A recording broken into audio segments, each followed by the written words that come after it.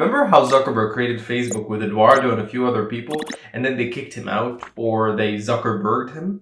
6 years later, even Bobby and Reggie created Snapchat.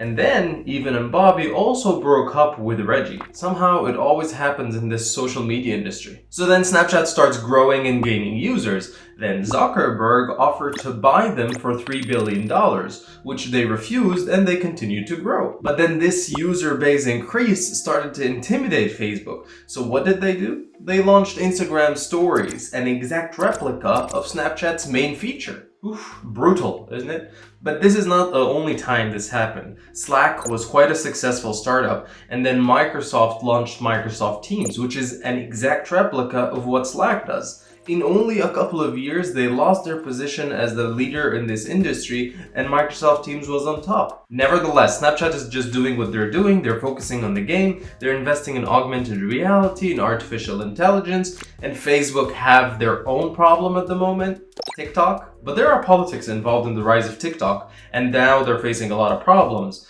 But what are they doing about it? They're launching Lemon 8, an Instagram rival that's actually topping the charts. We're officially in a world where everyone has to be bound to their phones. But all that is gossip. I'm a business consultant, so I was actually wondering, how did Snapchat convince companies to advertise on their platform, even though Facebook was very dominant during that time?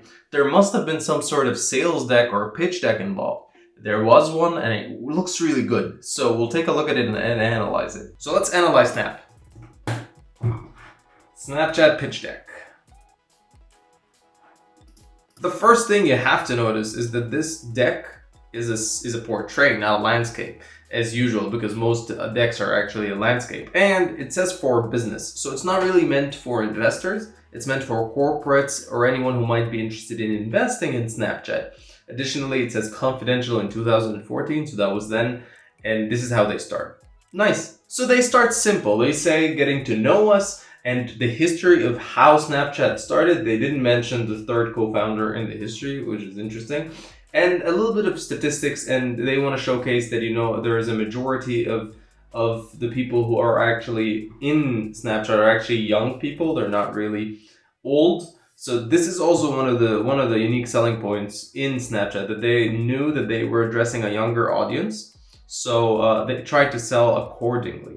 After they say get to know us, they start to say their philosophy. So they're just introducing what Snapchat is all about.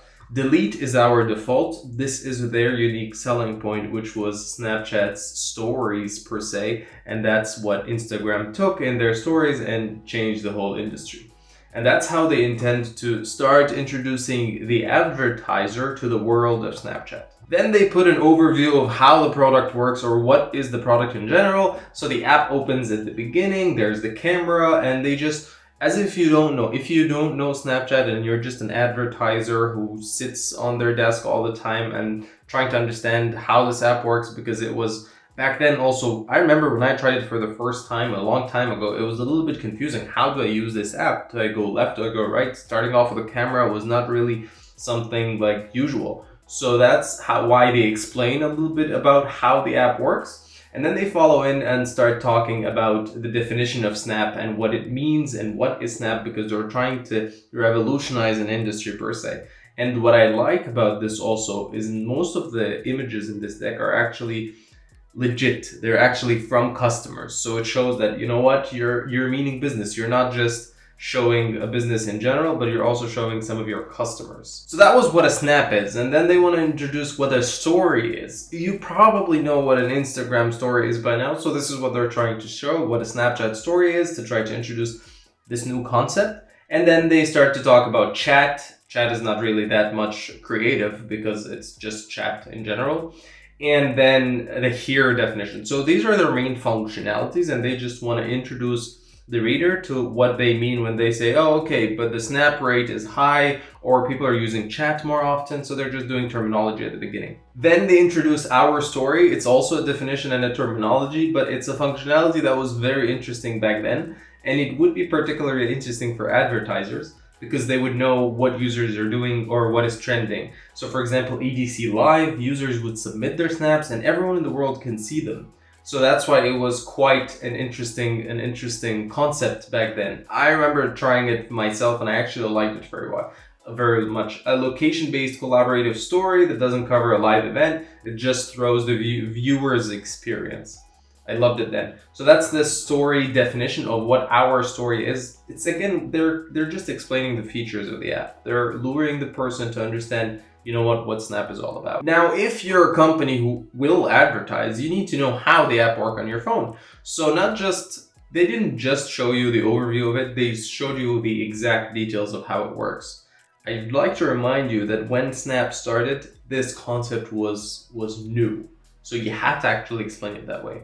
So how you snap like this or like this, basically anything goes, and then add it to our story. Now everyone knows how to do that on Instagram, but then they didn't, so that's why they said it. And then they're saying, now it's your turn. Now they're talking to the business account or to the companies, and that they're showing them there are brands and teams that are collaborating and how to create a business account. This sentence just makes you sure that this deck is a sales deck directed to advertisers. They're telling you how to create a business account, and they're also guiding you on how to use Snap or what to snap in general so that you would get the most out of it as a business customer. Of course, even if the advertisers or all the users use Snapchat, it's not enough to grow because a lot of users are using other platforms like Twitter, like Facebook, like Instagram, and so on. So that's why they're putting this slide, get the word out. This is for them to actually grow, for Snapchat to grow, or for the company to grow as well. It would be cool, if you're a corporate and you're using Snapchat, oh, it's new, you're using Snapchat and you're spreading it over Twitter or something so that people would know, oh, they're trying something new. So that's what they were targeting, but at the end, they just wanted people on Twitter, people on Instagram to just come to Snapchat as well. And then they start giving examples of early adopters, how they use it as business accounts, and what the experience is like for them. And finally, they just close by telling you how to see your stats. Very business-like and just a dashboard per se, or how to navigate through seeing the return on investment of what you're doing. And to finally close the deck, they put accounts to check out so that you're not going to be the first advertisers there. If you're in the food industry, you want to see Taco Bell, okay, how did they operate or how are they doing? Let me see their Snapchat profile. So that's why they're just showing this at the end as examples of what people are doing. And that's the Snapchat pitch deck per se. Target for businesses again. Instagram, YouTube, Snapchat, TikTok, whatever the company is, they all have one thing in common. They know that their main business model relies on advertising, and this pitch deck knows this very well. And that's why it's trying to pitch and make companies comfortable in investing in their advertising in Snapchat. What I like about this deck, first of all, I like that it's portrait, not landscape. It's kind of, creative. And additionally, I like that it has all the information that is needed. So you can just send it to a company. You don't really have to explain it yourself or talk next to showing it. So it's kind of an independent sales pitch deck. And that's why I like it very much. Thank you for watching. If you like this video, then please like it and subscribe to the channel to keep more coming. Knowing that all these companies are just trying to keep you bound to looking at your phone all the time, maybe it's time we both take a break, throw the phones, and go enjoy the day outdoors with people. What do you say? In all cases, have a wonderful day.